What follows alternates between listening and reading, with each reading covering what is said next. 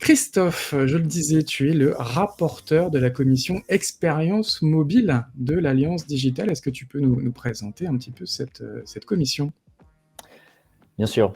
Alors en premier lieu, Alliance Digitale, un petit rappel, c'est, aujourd'hui la réunion de 2 structures existantes sur le marché référentes sur leurs thématiques que sont d'une part l'IAB, donc qui regroupe tout l'écosystème publicité digitale et d'autre part, la Mobile Marketing Association qui, elle, fédère, des experts, du mobile et plus précisément du marketing mobile. Donc, ces 2 structures, sont des structures historiques et l'ambition cette année a été, de les réunir, pour pouvoir, désormais avoir plus de poids sur l'écosystème, être capable de davantage parler de l'actualité du marché, des tendances du marché, et puis aussi de pouvoir orienter le marché sur les grandes décisions structurantes pour assurer globalement sa pérennité, son avenir. Donc beaucoup de thématiques, des thématiques autour de la publicité en particulier, mais pas que, c'est aussi des sujets qui vont toucher au marketing, dans lequel on peut, voilà, le sujet, le champ est très vaste.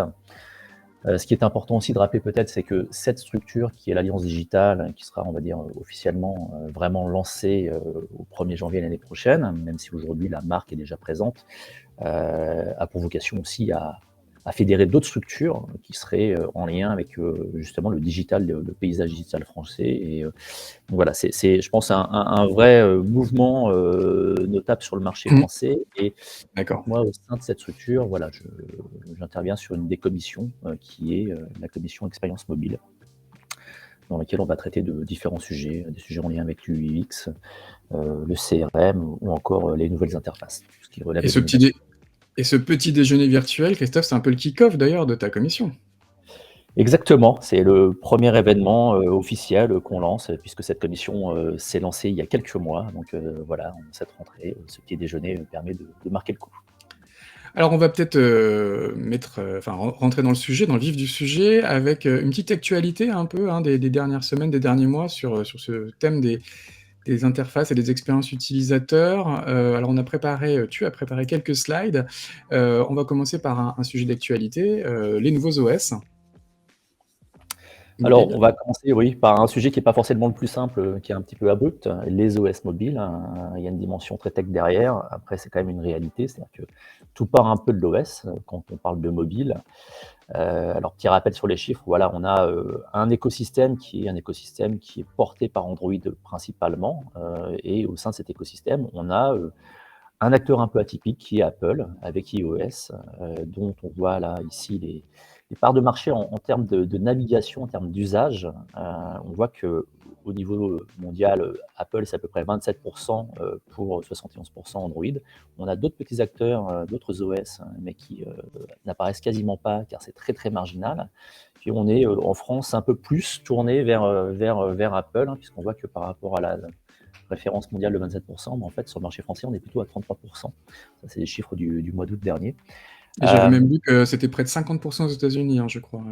Voilà, effectivement, il y a des aspérités en fonction des pays. Alors, ce qui est clé aussi, c'est de se dire, ça c'est déjà assez connu, c'est que, en fait, l'OS est assez déterminant et on a un parc Apple qui est généralement plus actif que les autres, les autres Mmh. typologies de machines, d'OS, etc. Donc, Et enfin, plus voilà, homogène Apple, surtout. voilà, c'est très, très atypique dans cet écosystème. Et voilà, et on parle un peu des OS là, pourquoi? Parce que chaque année, à la rentrée, globalement, c'est le moment où il y a les nouvelles releases, que ce soit celle d'Android ou celle d'Apple.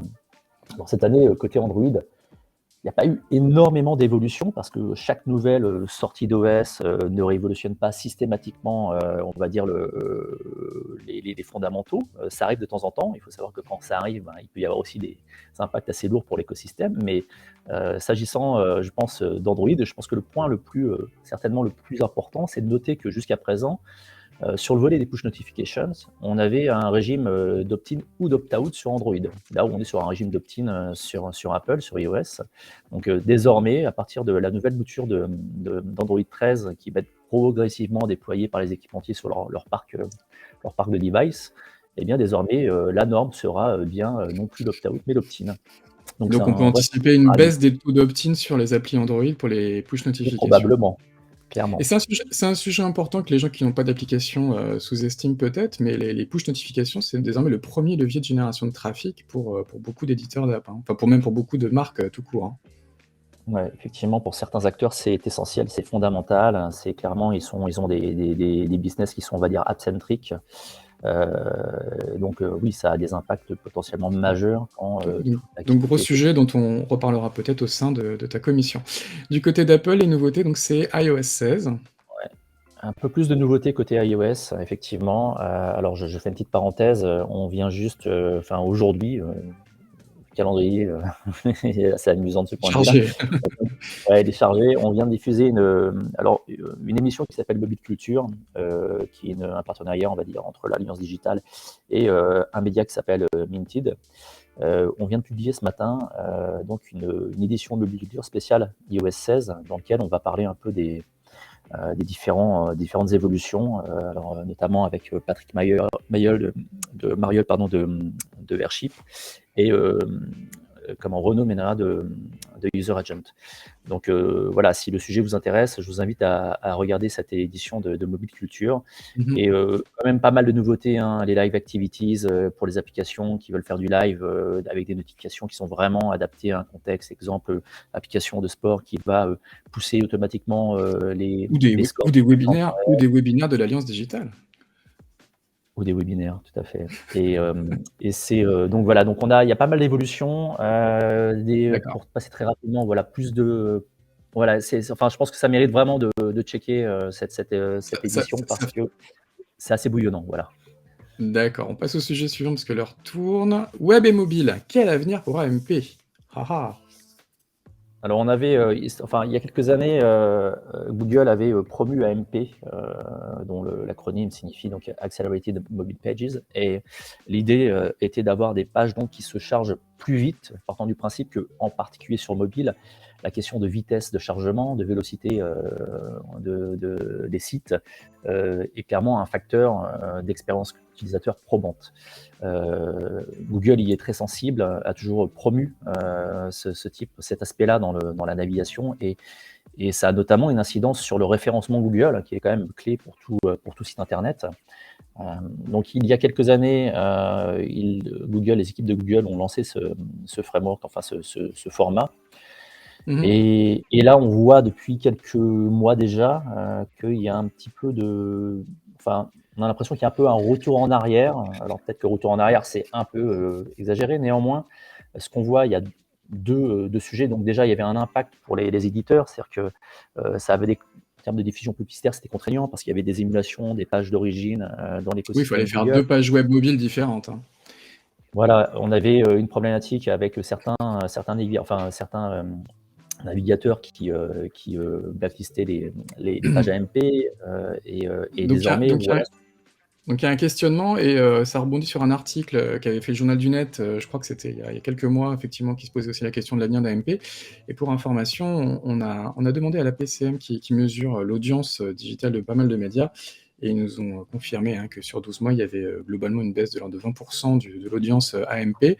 Donc voilà, il y a un questionnement, ça fait partie des sujets qui seront aussi traités dans, la commission de Christophe. On avance et du coup, si AMP décline, est-ce que Google pousserait pas autre chose, Christophe? Alors, voilà, il n'y a pas de décommissionnement de l'AMP, mais en termes de format, en tout cas d'un point de vue front, Google désormais essaie de promouvoir les web stories, qui sont clairement on va dire la traduction dans l'écosystème web de ce qu'on avait pu connaître dans l'écosystème applicatif des réseaux sociaux. Donc c'est encore basé sur de l'AMP, mais donc il faut respecter, on va dire, les guidelines de l'AMP, mais en termes de format, on est sur quelque chose qui est clairement certainement le format aujourd'hui le plus consulté s'agissant de ce qu'on peut faire aujourd'hui en termes d'interaction avec les réseaux sociaux. Voilà, donc enfin, la question, la réponse, on l'aura pas, bien sûr, mais le sentiment que ça donne, c'est que c'est très ouvert et que l'AMP, quelque part, est un peu effacé et devient plus une bonne pratique au sens technique du terme, mais que fondamentalement, le format dont on va peut-être plus parler dans l'écosystème Google désormais, c'est plus les web stories. Et, ce qu'on voit là, effectivement, laisse quand même paraître effectivement une expérience utilisateur certainement plus orientée sur l'image, sur la facilité de navigation, etc. Donc, Mmh. Donc des formats Google met en avant et d'ailleurs ils ont publié un plugin pour WordPress, donc tous ceux qui ont des blogs WordPress peuvent assez facilement finalement créer des web stories depuis le même CMS qu'ils utilisaient Ouais. auparavant.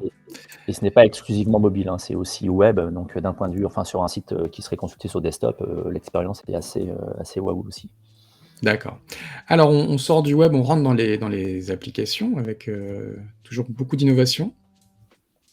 Ouais, alors bon, ça tout le monde l'a vécu, hein, depuis, on va dire, un peu plus de 10 ans déjà, l'évolution progressive des formats dans les réseaux sociaux et très clairement, ce qu'on voit juste avant avec Google, et cette réalité. C'est-à-dire que les réseaux sociaux sont vraiment dans de l'hyperconsultation quotidienne, donc globalement, il faut challenger les formats.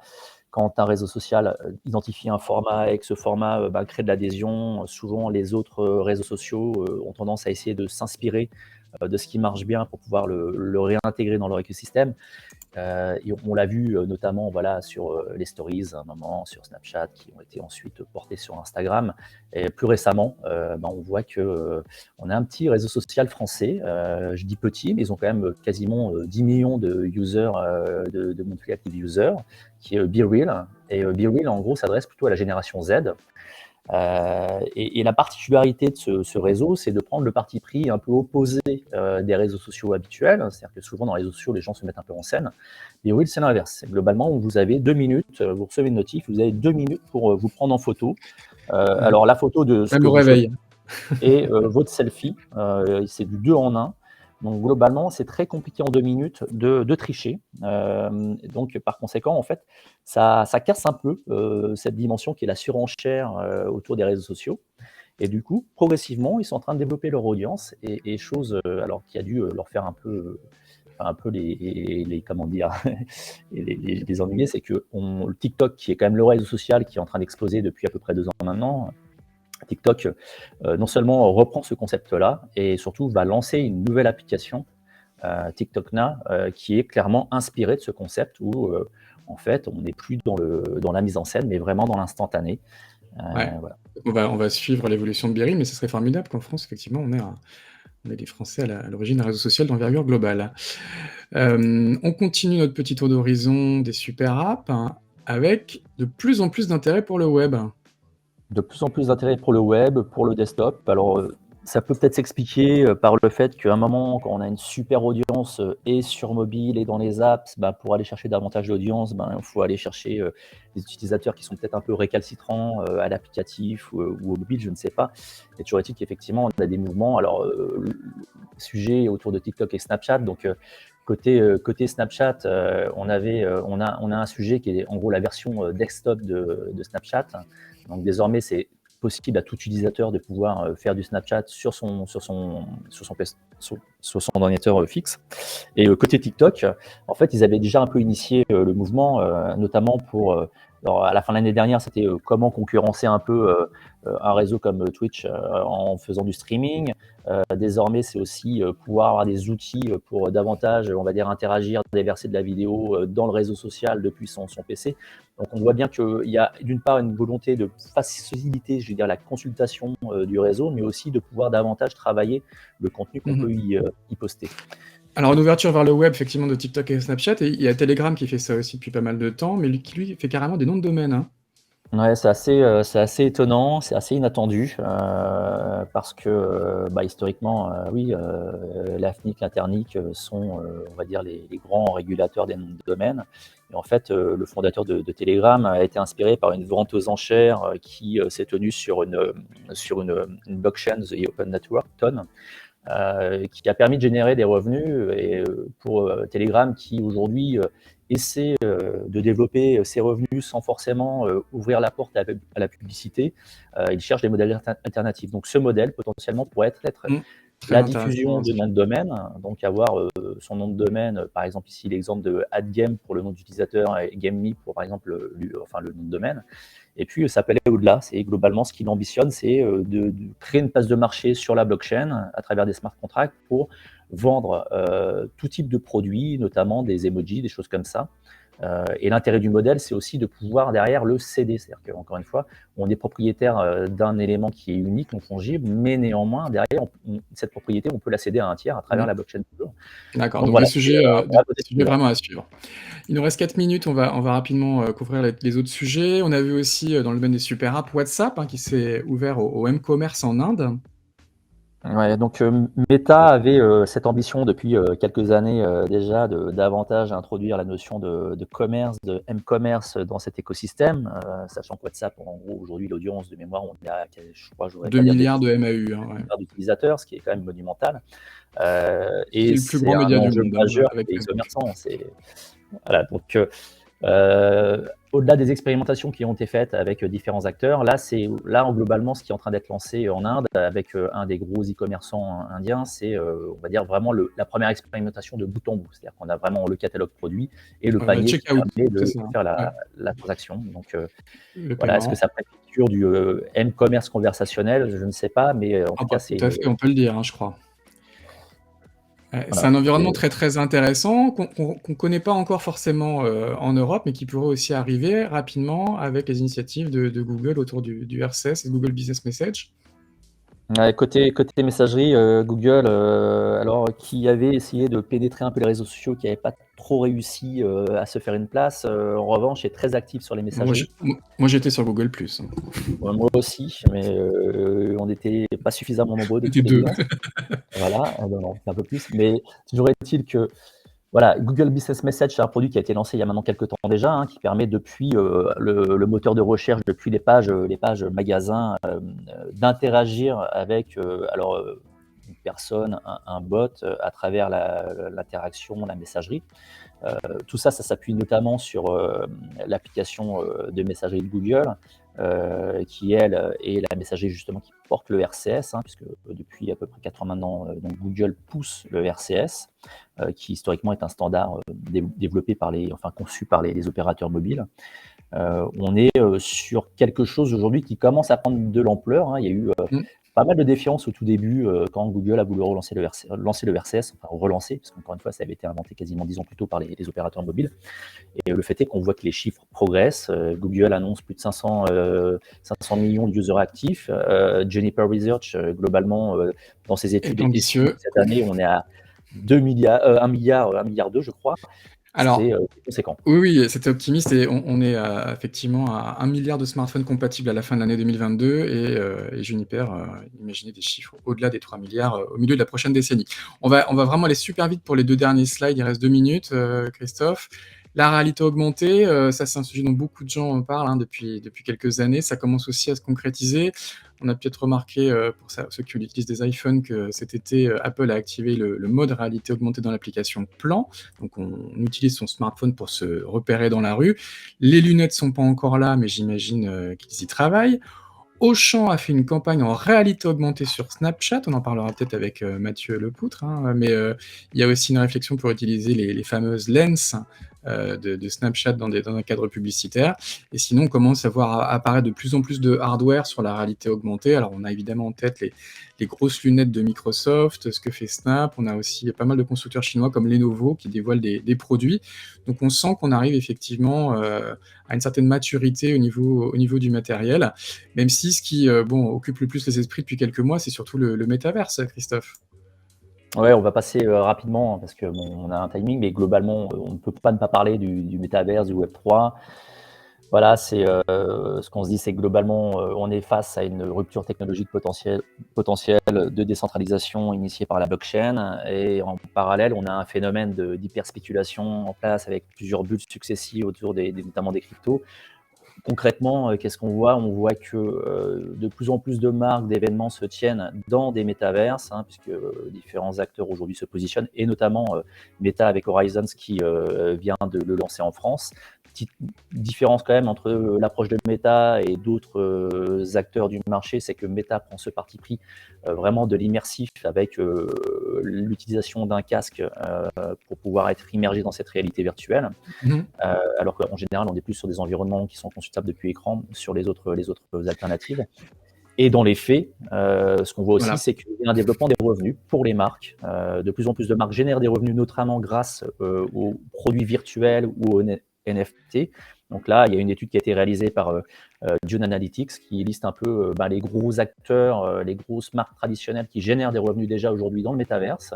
C'est déjà assez Oui, déjà. impressionnant, je pense, temps. Ouais, déjà 200 millions pour Nike, effectivement, c'est pas des petits chiffres.